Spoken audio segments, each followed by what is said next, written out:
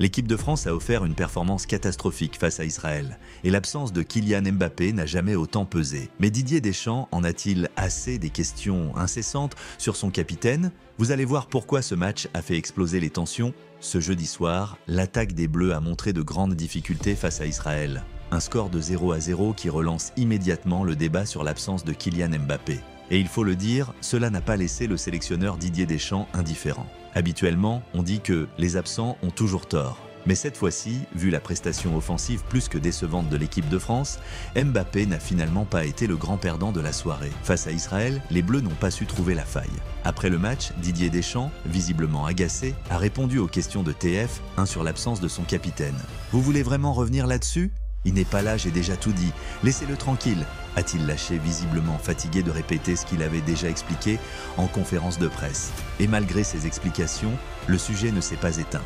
Bixente Lizarazu, son ancien coéquipier de France 98, a insisté. Cette absence était-elle une sanction? Deschamps a répondu fermement « Il n'y a pas de sanction. Il traverse une période compliquée et tout le monde a le droit à ça. C'est mieux pour lui de ne pas être là en ce moment. » Mais l'ombre de Mbappé n'était pas le seul problème de la soirée.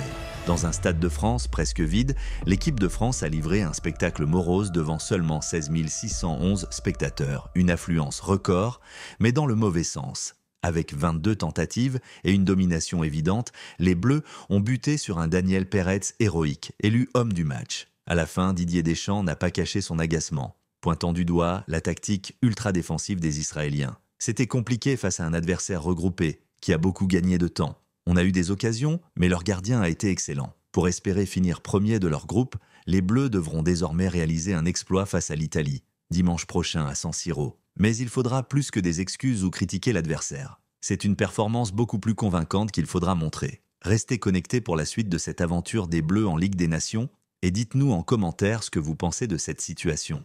L'absence de Mbappé, est-ce une excuse valable ou non? Abonnez-vous pour ne rien manquer.